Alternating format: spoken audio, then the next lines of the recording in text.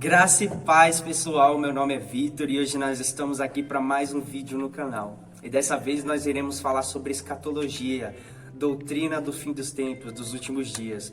E como vocês viram no vídeo, né, a interpretação que eu vou estar apresentando é a linha de interpretação preterista parcial. Né? Eu quero dizer que eu não vou abordar todas as visões, porque não é esse o intuito do vídeo, mas o intuito do vídeo é abordar a visão na qual eu sigo e eu creio. Eu vou usar dois livros como referência para estar explicando para vocês. Eu vou usar um dicionário também para a gente entender algumas palavras no grego, né? Mas o primeiro livro que nós vamos usar é Como Ler a Bíblia Livro por Livro, do Douglas Stuart e Gordon Fee.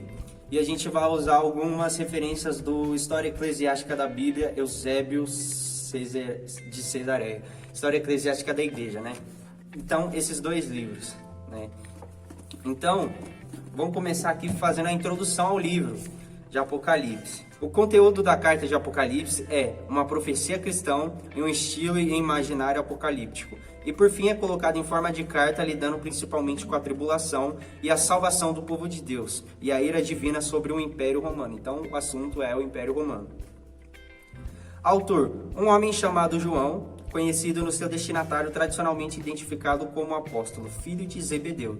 Esse João é o mesmo irmão de Tiago e ele era um dos irmãos Bonerges, né? Um dos filhos do trovão, os irmãos dos trovões. Esse João era o irmão do Tiago que foi decapitado em Atos 13. A data em que foi escrito foi de aproximadamente 95 depois de Cristo, de acordo com Irineu, aproximadamente 80 depois de Cristo. Então, eu não vou estar manipulando data aqui. A minha visão de preterismo, ela segue a data normal, 95 depois de Cristo, né? Destinatário: as igrejas na província romana da Ásia, as quais demonstram uma mistura de fidelidade e fraqueza interna. Ocasião: a recusa dos cristãos primitivos em participar do culto ao imperador, que era aclamado como Senhor e Salvador, colocando-os em rota de colisão com o Estado. João viu profeticamente que isso pioraria antes de melhorar, que as igrejas estavam muito preparadas para o que estava por vir, de modo que ele então escreve para adverti-las a encorajá-las, e também para anunciar os juízos divinos contra Roma. ênfases: a despeito das aparências em contrário, Deus está no controle absoluto da história. Embora o povo de Deus esteja destinado ao sofrimento, no presente, a salvação de Deus que é certa pertence a eles. O juízo divino virá sobre os responsáveis pelo sofrimento da igreja. No fim, Apocalipse 21 e 22, Deus restaura o que foi perdido ou distorcido no princípio. Gênesis 1 a 3. Vamos a Apocalipse 17 agora? Apocalipse 17 diz o seguinte: 17 fala a respeito da grande prostituta meretriz, que na verdade é uma cidade, que João está fazendo referência aqui, né? A grande Babilônia, ele está se referindo a Roma, né? E eu quero que vocês leiam o verso de número 9 e 10, que diz o seguinte, que é onde ele revela o que é essa Babilônia, ele deixa bem claro isso. Aqui está o sentido: quem tem sabedoria, as 7 cabeças são 7 montes, nos quais também a mulher está sentada. São também 7 reis, dos quais caíram 5, um existe e outro ainda não chegou. E quando chegar, tem de durar pouco, né? Então, aqui está falando que a besta, a grande besta, a grande meretriz, é aquela que está sentada sobre os 7 montes. Esse texto está falando a respeito do quê? Está falando a respeito do Império Romano. O Império Romano, ele fica em Roma e ele está sentado sobre os 7 montes. Então, não quer dizer que o anticristo ele vai ser um papa ou ele vai vir no futuro. Não.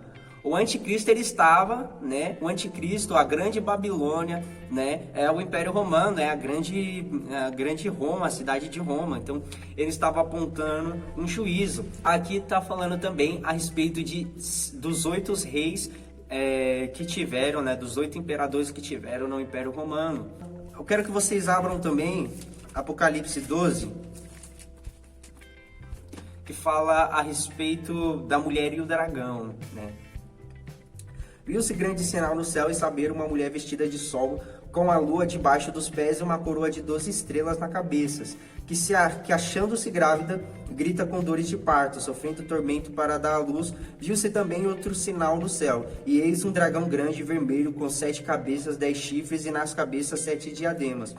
A sua cauda arrastava a terça parte das estrelas do céu, as quais lançou para a terra. E o dragão se deteve em frente da mulher, que estava para dar à luz, em frente da mulher, a fim de lhe devorar o filho quando nascesse.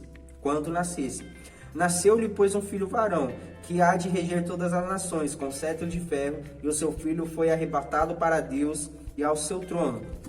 Então, aqui, pessoal, aqui eu também interpreto como algo que já aconteceu. Eu creio que essa visão do filho sendo arrebatado é Cristo subindo, ressuscitando aos céus. E a Bíblia diz que houve uma batalha nos céus e Satanás foi derrotado. Então, eu acredito que a profecia de Gênesis, ela se cumpriu. Viria um que feria o calcanhar, Satanás, ele matou Jesus, mas esse o pisará na cabeça da serpente. Jesus, quando ele subiu aos céus, ele acabou com a raça de Satanás. Ele venceu, ele acabou com o poder de Satanás. Né? Tanto que a gente vê em Apocalipse 4, Jesus ele subindo no trono, né? Jesus ele no trono, ele pegando os selos, o único que é digno, o cordeiro morto, né? Então eu acredito que estão juntas essas duas passagens, Apocalipse 12 e Apocalipse 4. Apocalipse 4 fala disso, né? Sobre o Cristo já no céu fazendo a expiação, né? Muito interessante também. Apocalipse 19, verso de número 11, que diz assim: vi o céu aberto, e eis um cavalo branco. O seu cavaleiro se chama Fiel e Verdadeiro, e julga e peleja com justiça. Os seus olhos são chamas de fogo, na sua cabeça há muitas coroas. Tem um nome escrito que ninguém conhece, senão ele mesmo. Está vestido com um manto tinto de sangue, e o seu nome se chama Verbo de Deus. E seguiam-nos os exércitos que há no céu, montando cavalos brancos com vestiduras de linho finíssimo, branco e puro. Sai de sua boca uma espada afiada, para com ela ferir as nações, e ele mesmo as regerá com cetro de ferro. E pessoalmente pisa o lagar de vinho, o furor da ira do Deus Todo-Poderoso. Tem no seu manto e na sua coxa um nome escrito: Rei dos Reis e Senhor dos Senhores. Então vi um anjo posto em pé no sol, e clamou com grande voz, falando a todas as aves que voam pelo meio do céu: vinde, reuni-vos para a grande ceia de Deus, para que comais carne dos reis, carne dos comandantes, dos poderosos, dos cavalos e cavaleiros, carne de todos, quer livres, escravos, pequenos e grandes. E vi a besta e os reis da terra com seus exércitos congregados para pelejarem contra aquele que estava montado no cavalo e contra o seu exército, mas a besta foi aprisionada, e com ela o falso profeta, que com os sinais feitos diante dela seduziu aqueles que receberam a marca da besta e eram os adoradores da sua imagem. Os dois foram lançados vivos dentro do lago de fogo, que arde com enxofre. O restante foram mortos com a espada que saía da boca daquele que estava montado no cavalo, e todas as aves se fartaram das suas carnes. Então aqui, pessoal, no Apocalipse 19, eu não interpreto como a segunda vinda de Cristo, mas eu interpreto como sendo o cumprimento da profecia, né? Então, eles foram mortos pela espada de sua boca. Então, eles foram mortos pela profecia que Jesus proferiu. A profecia que João está proferindo, que Jesus viu Jesus dizer, né? Então, ali significa Deus ele entrando com juízo contra o Império Romano, né? E esse juízo eu não acredito, irmãos, que seja no ano 70, né? Contra os judeus, mas eu acredito que esse juízo é um juízo que se estende até o fim do período de perseguição contra a igreja, então até mais ou menos ao ano 360 depois de Cristo, sabe? Então, onde no ano 360, para quem não sabe, está no livro História Eclesiástica da Igreja, né? E para quem não sabe, foi o ano em que cessaram as perseguições, onde Constantino ele absorveu a igreja com o Estado, né? E se tornou a religião oficial do Estado, né? O cristianismo. Então, foram ali onde cessou as perseguições. E eu acredito que o milênio, ele começou ali, né? Eu acredito que o milênio, ele começou ali. Eu não acredito que Apocalipse 19 foi ali no ano 70, com a queda de Babilônia. Por quê? Porque é manipular as datas. A maioria dos historiadores, eles creem que é 95 depois de Cristo. Então não tem como ser antes. é forçar demais o que não está escrito, né? Então, se foi 95 depois de Cristo, só pode ser uma coisa: é uma tribulação que se estende até o fim da perseguição dos cristãos, né? E agora a gente vai entrar em Apocalipse 20. Apocalipse 20, vamos lá. Então vi descer do céu um anjo que tinha na mão a chave do abismo e uma grande corrente. Ele segurou o dragão, a antiga serpente, que é o diabo Satanás, e o prendeu por 1000 anos. Lançou-o no abismo, fechou e pôs selo sobre ele, para que não mais enganasse as nações, até se completarem os 1000 anos. Depois disto é necessário que ele seja solto um pouco tempo. Vi também tronos, e nestes sentaram aqueles aos quais foi dada a autoridade de julgar. Vi ainda a alma dos decapitados por causa do testemunho de Jesus, bem como por causa da palavra de Deus, tantos quanto não adoraram a besta, nem tampouco a sua imagem, e não receberam a marca na fronte e na mão, e viveram e reinaram com Cristo durante 1000 anos. O restante dos mortos não reviveram até que se completassem os 1000 anos. Essa é a primeira ressurreição. Bem-aventurado o santo e aquele que tem parte na primeira ressurreição. Sobre esses a segunda morte não tem autoridade. Pelo contrário, serão sacerdotes de Deus e de Cristo e reinarão com ele os 1000 anos. Amém? Então, vamos lá, dicionário. Vamos lá para o dicionário agora. Essa palavra ressuscitaram, ela no grego ela se chama anastase, né? Eu vou escrever aí na edição, anastase. E uma palavra que ela é similar a ela é anasteme, que é derivada dessa palavra. E ela aqui no dicionário, eu vou tentar colocar aí a foto, mas se não for, tá aqui, ó. Vou aproximar ela bem para vocês conseguirem ler. Aí, eu vou ler o que está escrito aqui nesse verdinho. Em Atos 13:32, o verbo ressuscitar é usado acerca de levantar uma pessoa para ocupar uma posição especial na nação, como ocorreu com Davi em Atos 13:22.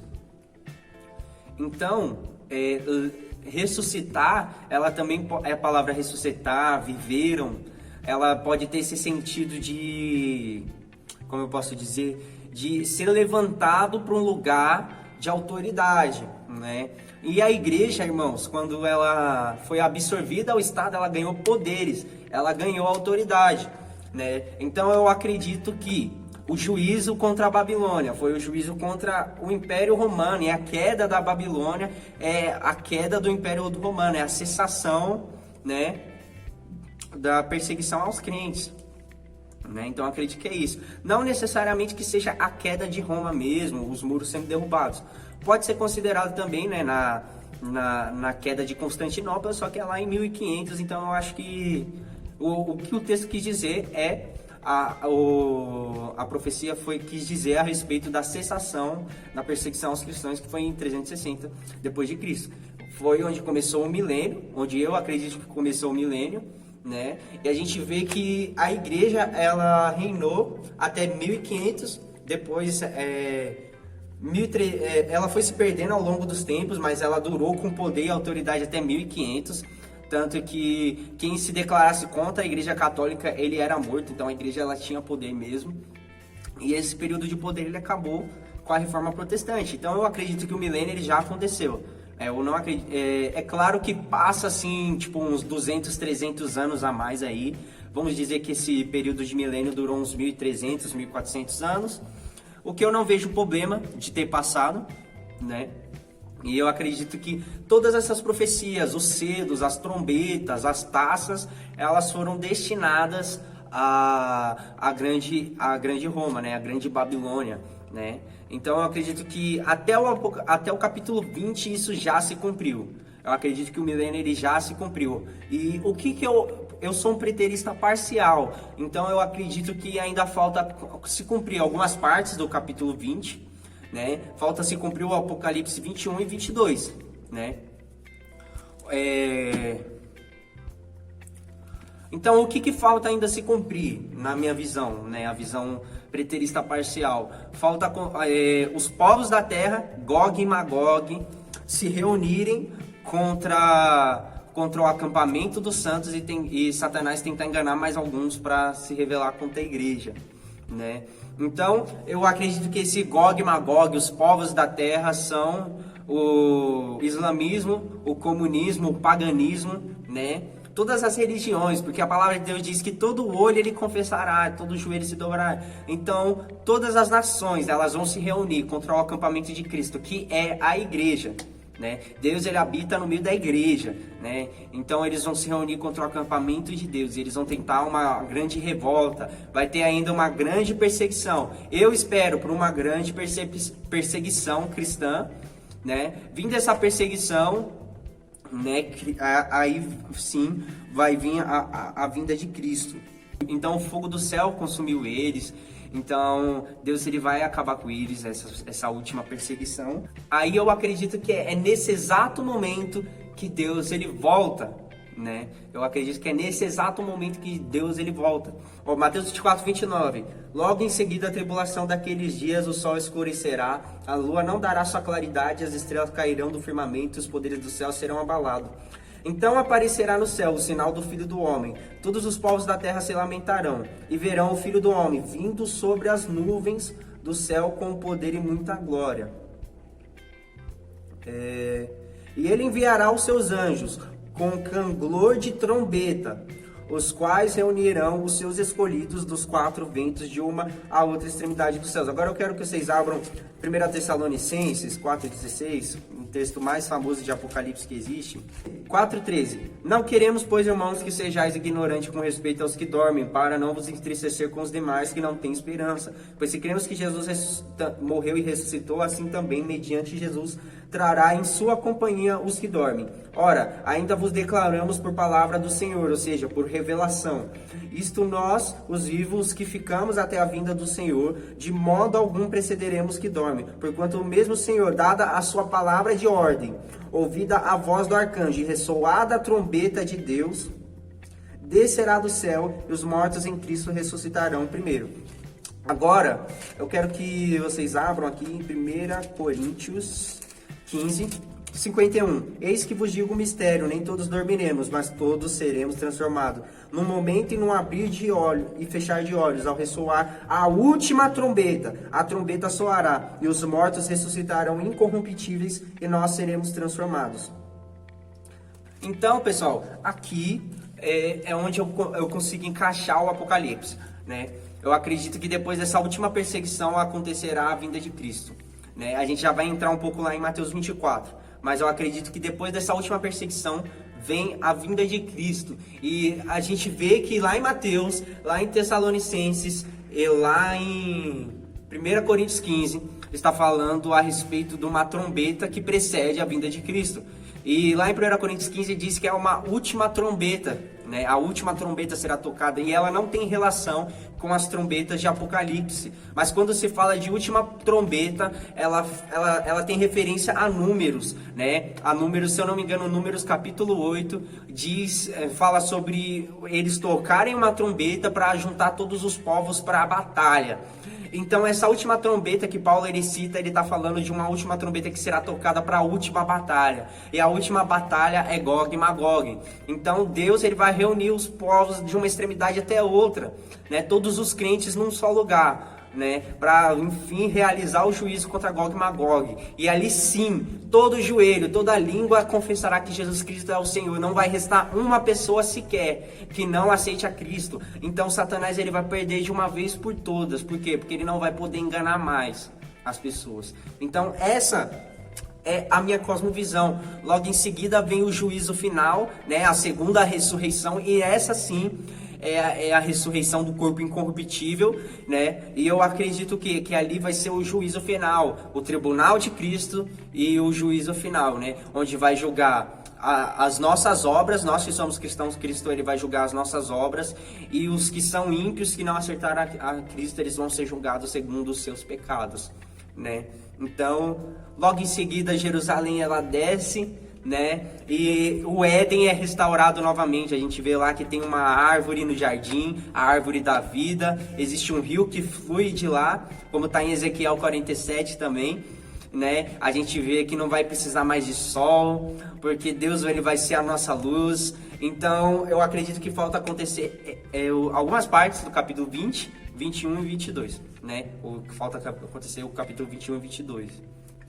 Então eu acredito que aconteceu para lá. Eu não consigo entender as pessoas da onde surgiu essas histórias de que é lá para frente, que é um algo futuro. Então eu sigo essa visão. Mateus 24 diz o seguinte, ó: tendo saído do templo, ia se retirando quando se aproximaram dele os seus discípulos para lhe mostrar a construção do templo. Ele, porém, lhe disse: não vedes tudo isso? Em verdade vos digo que não ficará aqui pedra sobre pedra que não seja derribada. Jesus poderia estar profetizando ou dizendo a profecia que Daniel tinha feito, né? Que o templo ele seria derrubado, né? No Monte das Oliveiras achava-se Jesus assentado quando se aproximaram dele os discípulos em particular. Eles disseram: dize-nos quando sucederá essas coisas, e que sinal haverá da sua vinda e da consumação do século? E ele lhe respondeu: veja que ninguém vos engane, porque virão muitos em meu nome, dizendo eu sou o Cristo, e enganarão a muitos. E certamente ouvireis falar de guerras, rumores de guerras. Veja, não vos assusteis, porque é necessário assim acontecer, mas ainda não é o fim. Portanto, se levantará nação contra nação, reino e reino. Haverá fome e terremotos em vários lugares, porém tudo isto é o princípio das dores. Então sereis atribulados e vos matarão, sereis odiados. Nesse tempo muitos hão de se escandalizar, trair e odiar uns aos outros. Levantar-se-ão muitos falsos profetas e enganarão a muitos. E por se multiplicar a iniquidade, o amor se esfriará de quase todos. Aqueles, porém, que perseverar até o fim, este será salvo. E será pregado esse evangelho no reino por todo o mundo para testemunho em todas as nações. Isso aqui já se cumpriu, está se cumprindo, o evangelho está sendo expandido, existem guerras, né? E isso também faz parte com o que está escrito na profecia de Daniel, né? Que ouviria-se rumores de guerra, né? Ezequiel 9, 25, se você olhar lá, você vai ver que estenderia-se um período de guerras e guerras, né? Agora a grande tribulação. Quando, pois, virdes o abominável da desolação, de que falou o profeta Daniel, no lugar santo, quem lê, entenda. Então os que estiverem na Judéia fujam para os montes.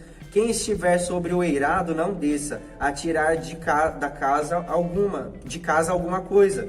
E quem estiver no campo, não volte atrás para buscar a sua capa. Ai da que estiverem grávida e das que amamentarem naqueles dias, orai para que a vossa fuga não se dê no inverno, nem no sábado, porque no tempo haverá grande tribulação, como desde o princípio do mundo até agora. Não tem havido e nem haverá jamais. Não tivessem aqueles dias, se não tivessem sido abreviados aqueles dias, ninguém seria salvo. Mas por causa dos escolhidos, tais dias serão abreviados. Então se alguém vos disser, eis aqui o Cristo, ou ele ali, não acrediteis, porque surgirão falsos cristos e falsos mestres, operando grandes sinais, prodígios para enganar, se possível, os próprios eleitos. Vede que vou-lo tenho predito. Portanto, se vos disserem, eis que ele está no deserto, não saiais, ou no interior da casa, não acrediteis, porque assim como o relâmpago sai do oriente e se mostra até o ocidente, assim será a vinda do Filho do Homem. Onde estiver o cadáver, ali se ajuntarão os abutres. A gente vê alguns elementos que é muito interessante para a gente fazer a interpretação do texto bíblico. Jesus ele falou, orem para que a sua vinda não seja no sábado, orem para que a sua fuga não seja no inverno, né? Jesus ele estava falando para que povo? Ele estava falando para o povo judeu, certo? E ele estava falando para o povo daquela época, né? Não tem porquê a gente ficar orando para não ser no sábado, não tem porquê da gente não ficar orando para ser no inverno. Então não era para o nosso tempo, era para o tempo deles. Jesus falou, essa geração não passará, né? Sem que isso aconteça, né? Uma geração ela dura de 50 a 70 anos, né? Então Jesus ele estava predizendo isso, o que? A queda do templo de Jerusalém, né? E o que acontece? A desolação, que é o que? O anticristo, eles são representações de reis e imperadores do Império Romano, né? Então o imperador romano, ele veio destruir o templo, né? O interessante, pessoal, é que em Daniel ele não fala de um terceiro templo, né? E se você for fazer o cálculo das semanas de anos, não tem como a gente estender tanto assim e pegar uma semana e jogar lá para o futuro. Por isso que eu sei que existem muitos anos que se passam da morte de Cristo, do nascimento de Cristo, né? Da vinda do ungido até a queda da Babilônia, mas são eventos muito próximos, né? E por serem eventos muito próximos, mas que se acontecer, eu prefiro acreditar que ali aconteceu a última semana de Daniel, né? Então, Apocalipse 24 eu acredito que foram para o povo da época. Jesus estava profetizando ali para os judeus mesmo. O interessante é que fala nesse livro aqui, Eusébio de Cesareia, eu vou tentar colocar o texto aí na edição, mas nesse livro que fala sobre a desolação, que fala, ai das grávidas, houve uma fome muito grande, né, em Jerusalém. As pessoas, elas roubavam, elas matavam por comida, se eu não me engano tinha até canibalismo. E o interessante é que além dessa fome que aconteceu no inverno, aconteceu no sábado, a queda da Babilônia aconteceu no sábado, aconteceu no inverno. Existem relatos também nesse livro aqui de que foram colocados estátuas de Nero dentro do templo de Jerusalém, né? Então foram colocados ídolos dentro, né? Então faz sentido se assentar no trono, né? Colocaram ídolos dentro do templo de Jerusalém. Então, assim que eu interpreto, né, eu acredito que a vinda de Cristo ocorrerá depois de Gog e Magog, né? Logo em seguida vem o juízo e logo depois o juízo final e Jerusalém desce, tá bom? Então, eu quero agradecer para você que assistiu aqui, essa é a minha visão do Apocalipse. Eu espero que você seja abençoado. Deus fez uma cruz, se pregou nela e deu um trono para o homem, se pregou nela